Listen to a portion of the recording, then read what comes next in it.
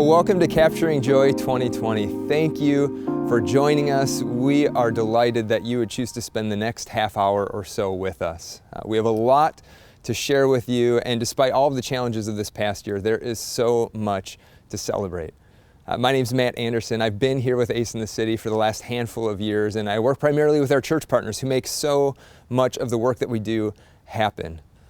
Now, one of the things with this being a virtual event this year is that we know that some folks are maybe busy and can't catch this stream live, and that's okay. But between now and the next handful of days, our goal as an organization is to raise $50,000 to further our work. And Tim is going to share more of the details with you in a little bit here. But another exciting piece of news is that we have the opportunity of a $15,000 matching grant. So stay tuned for the details on all of that. First, let me give you a few logistics that will help you get the most out of our time together. First, and some might say most importantly, make sure you have your beverage of choice at hand. And that will help you enjoy our time together, but also save a little bit for the end as we share a toast together. Now, second, we also recognize that because you're viewing this in the comfort of your own home, interruptions may happen. Your mom might call, one of the kids might sneak out of bed. It's all good. Just quickly pause the video, go take care of whatever you need to do, and then just come back and resume. We'll be here for you. Third, you'll notice below the video here a link to donate. At any point tonight, feel free to click that link and give to the work of Ace in the City. And then finally, the invitation we want to give you tonight is to have a posture that asks, what is there for me to give? And what is here for me to receive? We believe that God will have both for you. But now let's just give you an overview of what the next 30 minutes will look like. Our Executive Director, Tim Anderson, will be sharing with you vision for what's coming up here at Ace in the City. And then you'll also get a chance to tour the Center of Belonging space. Now, we had originally hoped to host this year's Capturing Joy event here at the space, but for now, a virtual tour will have to do. So we're excited to share that with you. And then finally, you will be given an opportunity to give and support and further the work of Ace in the City. But with that, I want to hand things over to Tim, our Executive Director here at Ace in the City.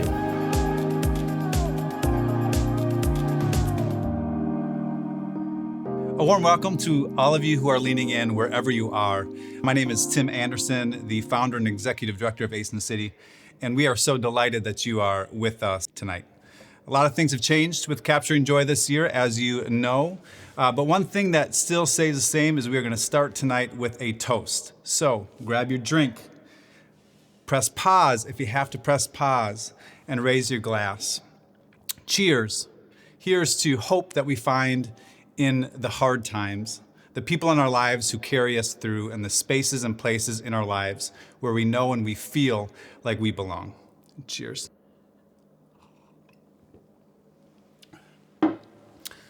So if you're new to Ace in the City, we are so delighted that you are with us. We have the audacity to believe that actually there is no better place for you to be, that there is actually for you tonight something for you to both give and something for you to receive. So thank you for joining us. And for others of you, maybe you've been to an event before, 2, 3, maybe 10 events. You're familiar with Ace in the City.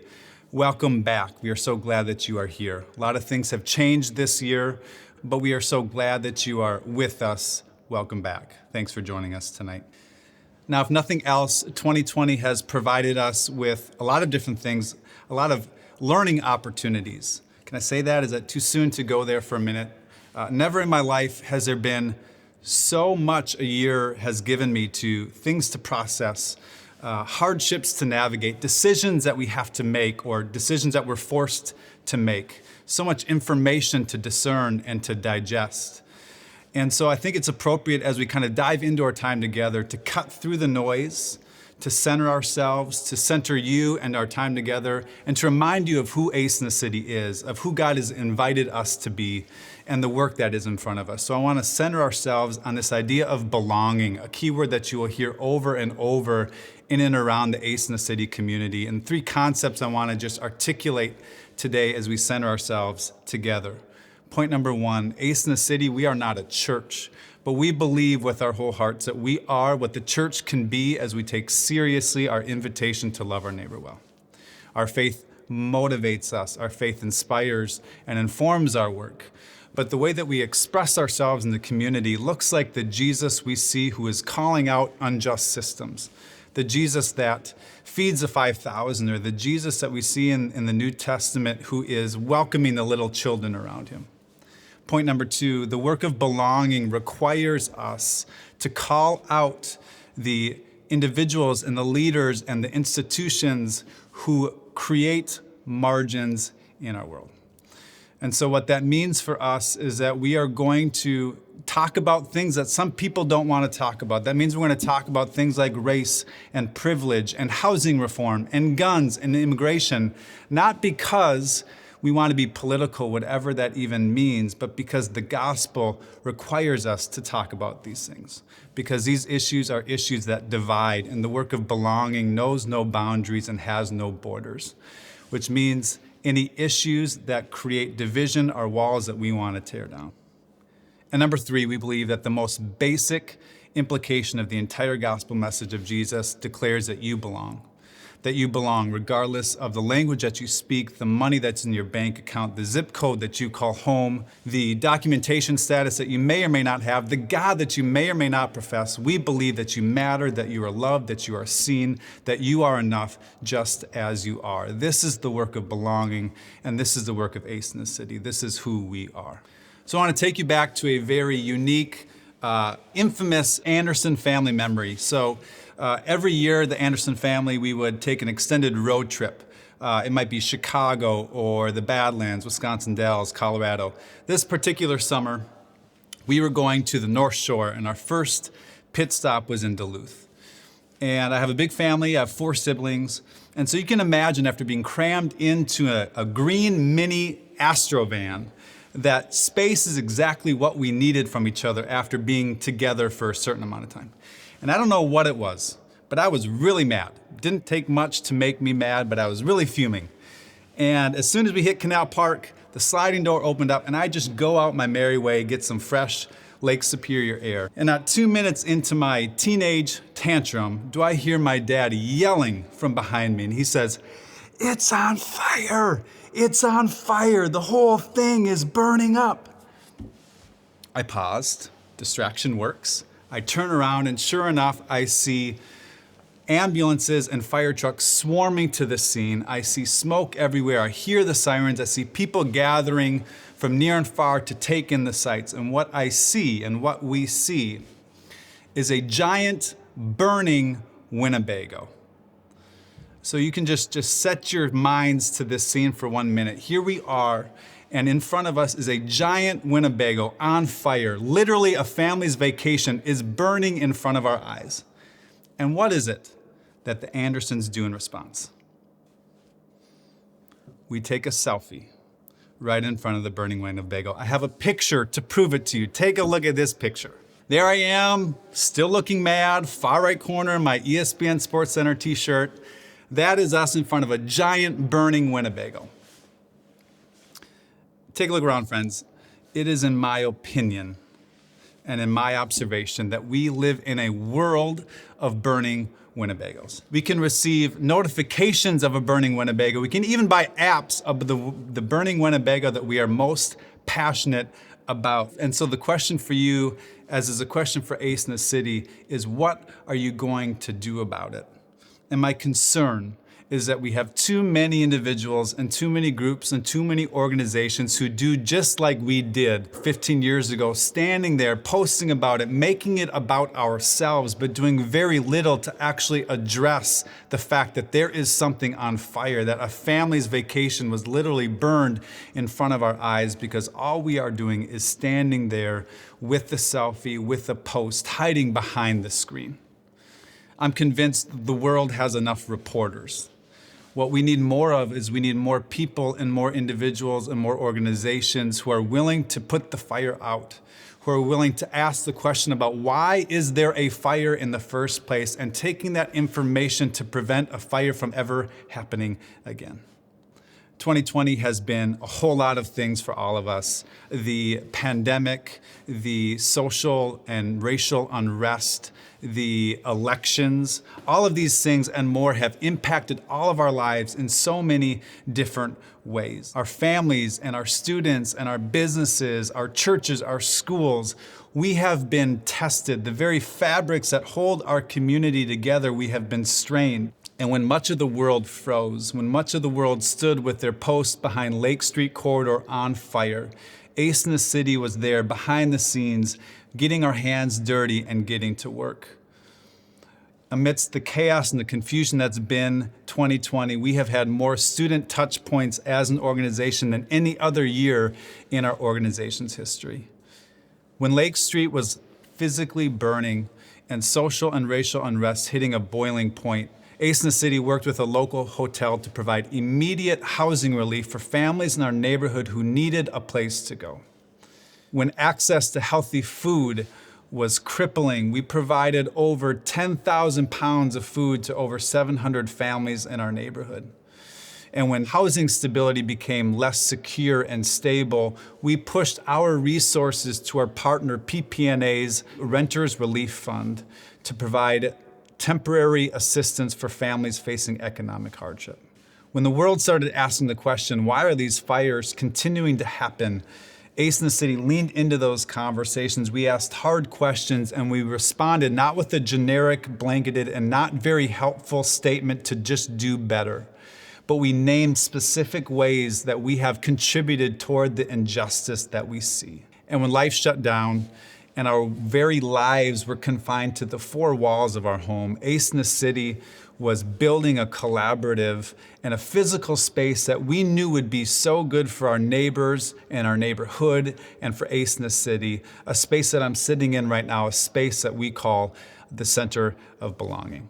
This has been years in the making. We've been dreaming about this for a very long time, and sometimes there are dreams that we have that as it unfolds, it doesn't quite live up to the expectations that we have. There are other times where it does, and there are a rare amount of times where the dreams that we have blows every single expectation out of the water. And this Center of Belonging has exceeded every high expectation that we have for it. We are so proud of this work, proud of the work that is in front of us and the partners that we get to call friends. And so before we go any further, I want to give you a little tour of this space, and I want to turn it over to Ariel Grant, our Community Development Director, to give you a sneak peek. Take a look.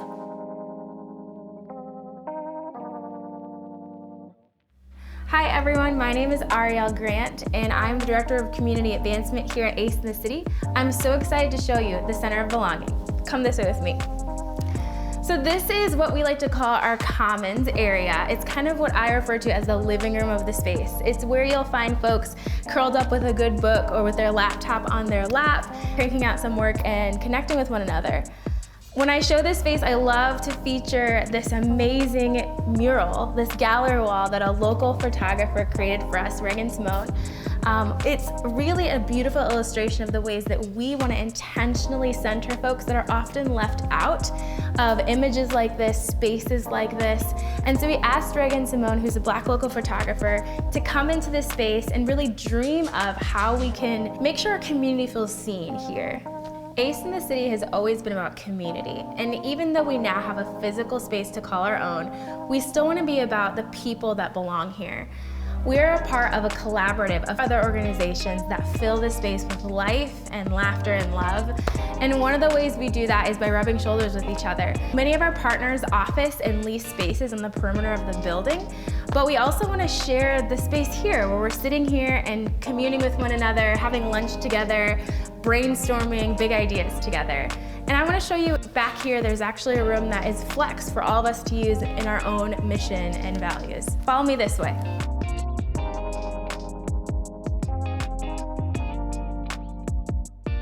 These are our community rooms, and they might look sparse now, but they're meant to be that way. They're actually meant to be lived into however our partners need them. So think classroom, think yoga room. This is where we can really put our stamp on it every time that an event takes place here. So this is one of my favorite places, and it's really because I'm already dreaming of a time when we can sit closer than 6 feet apart and share a meal together. This is like a family-style dinner table where our partners will gather for lunch, and a time when we can really just be in community again. And of course, our cafe, a beautiful space where folks come and commune and break bread together.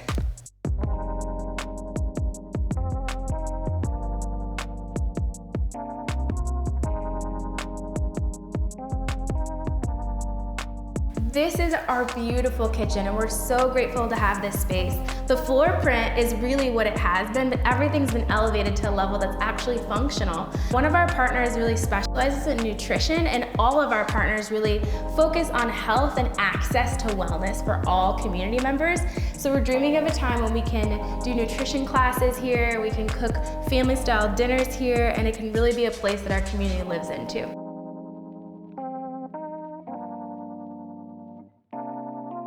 In spite of COVID-19, we've been fortunate enough to offer this space to some of our community members.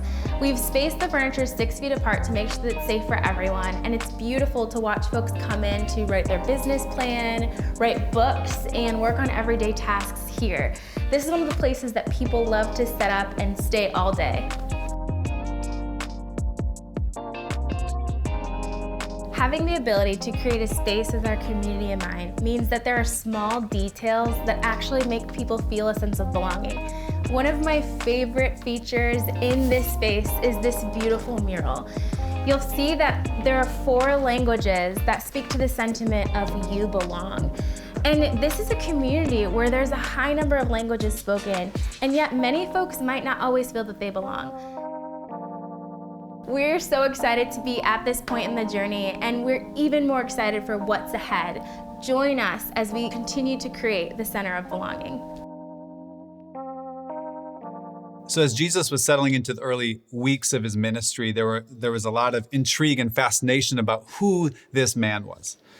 What was he all about? What differentiated him from all of the other great teachers and prophets that came before him?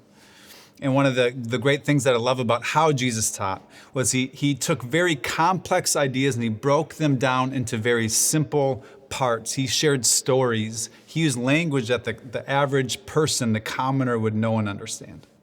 And so there's this one story that we see in the Gospels where people are asking Jesus, "Hey, Jesus, why aren't you and your disciples fasting like all of the other people right now? Why aren't you doing that?" And Jesus took that as an opportunity and he replied and he said, "Hey, you like wine and I like wine. We all like wine. And so that means we all know that when new wine comes our way, we don't put that in old containers. We don't put that in old bags. No, new wine requires new wineskins." The old ways aren't working, friends.